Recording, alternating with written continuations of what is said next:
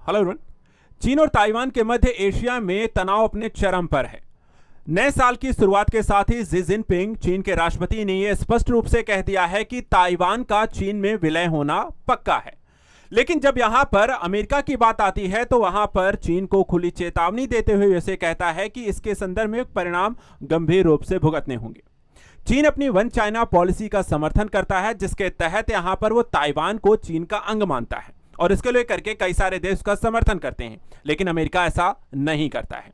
आज इस पूरे मुद्दे को लेकर के डिस्कस करेंगे क्या कि चीन और ताइवान के मध्य जो वर्तमान समय का विवाद है, जो युद्ध जैसे परिणाम यहां पर हो सकते हैं, वो आखिर मुद्दा क्या है, अमेरिका इसको लेकर के क्या कहता है और चाइना और ताइवान को लेकर के वर्तमान स्थिति क्या चल रही है। देखा जाए तो यहां पर जो हालात कुछ ऐसे हैं कि अमेरिका ने इसके संदर्भ में जो चीन ताइवान के मध्य वर्तमान समय के घटनाक्रम चल रहे हैं, इसको लेकर के अमेरिका कहता है कि चीन संयम दिखाए, ताइवान पर सैन्य दबाव न बनाए और बातचीत का रास्ता अपनाए। हम इस क्षेत्र में शांति चाहते हैं, स्थिरता चाहते हैं और हम नहीं चाहते कोई देश यहां पर ताकत दिखाए, दबाव से लेकर हालात यहां पर बदलने की कोशिश बिल्कुल ना करे। लेकिन मूल मुद्दा अगर मैं आपसे बताऊं कि चीन और ताइवान को लेकर के अमेरिका का स्टांस हमेशा से क्या रहा है, तो वन चाइना पॉलिसी एक बनाई गई है। वन चाइना पॉलिसी देखा जाए तो एक तरीके से चाइनीज पॉलिसी है, जिसके तहत 1949 में अमेरिका ने एक पॉलिसी क्रिएट की है और इस पॉलिसी में चीन के साथ अमेरिका जो है डिप्लोमेटिक संबंध बनाए रखता है। इसमें देखा जाए तो ताइवान को अमेरिका एक अलग देश देखता है और चीन का हिस्सा नहीं मानता है। वहीं देखा है तो चीन इससे अलग जो है ताइवान को अपना हिस्सा मानता है, यानी कि दोनों के संदर्भ में चीन की अपनी पॉलिसी है और अमेरिका की यहां पर अपनी पॉलिसी है। ताइवान खुद को यहां पर स्वतंत्र देश मानता है, जबकि चीन कहता है कि ताइवान हमारा अंग है और पूरी विवाद की जड़ कुछ मिलाकर ऐसी ही है। अभी कुछ समय पहले ही अगर मैं आपको बताऊं कि चीन ने ताइवान को 5 तरफ से घेर करके एक सैन्य अभ्यास भी किया था, जिसके जवाब में देखा है तो ताइवान ने काउंटर कॉम्बैट एक्सरसाइज भी लॉन्च की थी और तीनों सेनाएं जो हैं अलर्ट पर थी। कुछ इस तरीके की यहां पर आप इमेज आप देख सकते हैं।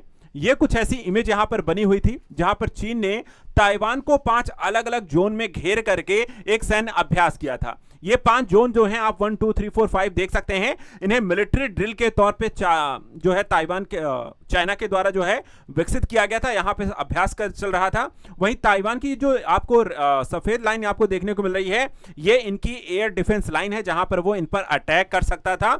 लेकिन कुल मिलाकर के स्थिति बहुत तनावपूर्ण रही। अभ्यास हुआ लेकिन किसी तरीके के युद्ध इत्यादि की स्थिति वहां पर परिणत नहीं हुई है। अगर मैं आपको बता दूं वस्तु स्थिति जो ताइवान की है, चाइना से बहुत ज्यादा जो दूर नहीं है, महज 160 किलोमीटर की एक दूरी है और एक द्वीप है जो आपको यहां पर ताइवान के रूप में देखने को मिलता है। इसकी स्थिति के बारे में अगर आपको बता दूं, ताइवान का जो पूरा एरिया आपको यहां पर देखने को मिलता है वो 35,980 वर्ग किलोमीटर का क्षेत्रफल है, जिसमें देखा जाए तो एक सेमी प्रेसिडेंशियल रिपब्लिक आपकी सरकार यहां पर शासन करती है। करीब करीब आपको देखा 2.3 करोड़ की आबादी है और 774 बिलियन डॉलर की आपकी जीडीपी है ताइवान की 2021 के अनुसार। और इसी पर चाइना चाहता है इस पर वो कब्जा करना और 2027 तक वो कहता है कि हम ऐसा करेंगे भी। चीन का जो टारगेट है कि 2027 में ताइवान पर हमला करके उसे जीतना है और उसको लेकर के सिर्फ अभी वो अपनी तैयारी कर रहा है कि हिस्ट्री और स्ट्रेटजी से चीन ताइवान को अपना हिस्सा बताता रहा है और चीन सरकार के जो वन चाइना पॉलिसी लाई है, भारत भी देखा है तो इसका समर्थन करता है। कई मौके ऐसे आए जहां पर कहा गया कि भारत जो है चाइना +1 की पॉलिसी का समर्थन क्यों नहीं करता है, जो अरुणाचल और अक्साई चीन वाला मुद्दा लगातार ये उठाकर रखते हैं उसके काउंटर अटैक के लिए। लेकिन यहां पर भारत कभी भी चाइना +1 की पॉलिसी लेकर नहीं चलता, बल्कि वन चाइना पॉलिसी का समर्थन करता है। आपको अगर बताऊं कि यहां पर चल क्या रहा है पूरा मुद्दा, तो चीनी राष्ट्रपति शी जिनपिंग ने 2013 में कहा था कि ताइवान का मुद्दा पीढ़ी दर पीढ़ी ऐसे ही नहीं छोड़ना चाहिए, बल्कि ताइवान का कहना है कि वो पहले से आजाद है, उसका अपना संविधान है, सेना है, चुनी हुई सरकार है। 67% नागरिक हैं जो ताइवानी मानते हैं खुद को, ना कि चीनी, और मौजूदा जो स्थिति है वो वैसी ही रहने वाली है। यानी कि ताइवान जो है अपनी यहां पर स्थिति को बात अपने तरीके से रखता है, चीन जो है अपनी बातें अपने तरीके से रखता है। जहां चीन चाहता है ताइवान उसका हिस्सा बने, वहीं ताइवान खुद को स्वतंत्र देश के तौर पर ही यहां पर शासित करना चाहता है। 2024 की बात है। 2024 में ताइवान के एयर डिफेंस जोन में करीब 3075 बार चीनी विमान घुसे थे और जो 2023 में यह आंकड़ा मात्र 1641 था। यानी कि 2024 में लगातार यहां पर इनकी एयर डिफेंस को आपको जो इनकी हवाई क्षेत्र है उसको बार बार चीन के द्वारा तोड़ा गया है। वहीं बात करें 2024 में 75% दिन 5 से 9 चीनी जहाज ताइवान के पास गश्त करते रहे। 2023 में देखा है तो ये मात्र 46% थे। यानी कि लगातार जो है ताइवान के करीब रह करके उकसाने की कोशिश की जा रही है कि किसी तरीके का युद्ध शुरू हो और इस युद्ध का लाभ उठा करके ताइवान पर पूरी तरीके से चीन जो है वो कब्जा कर ले।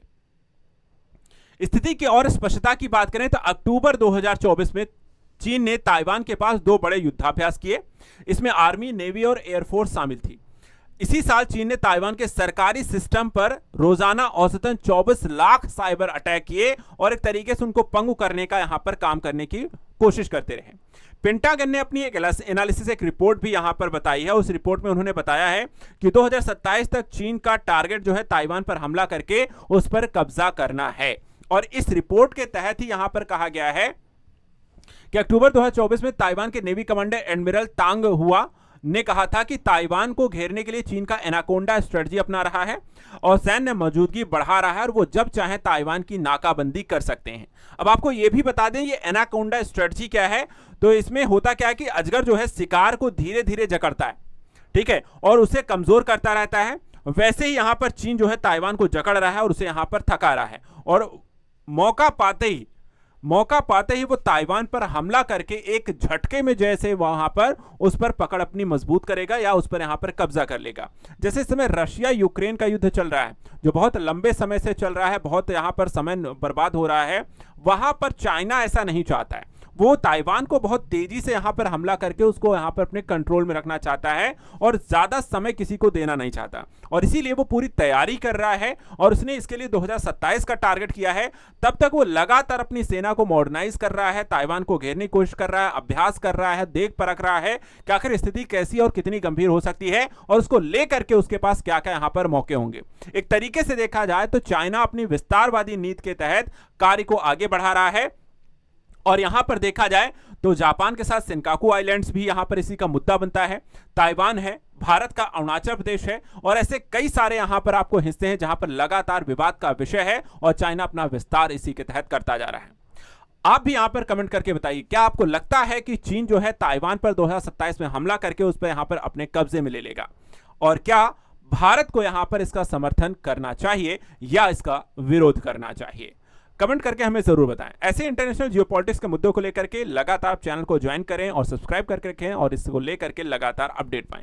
आज के लिए इतना ही। Thank you so much and good luck.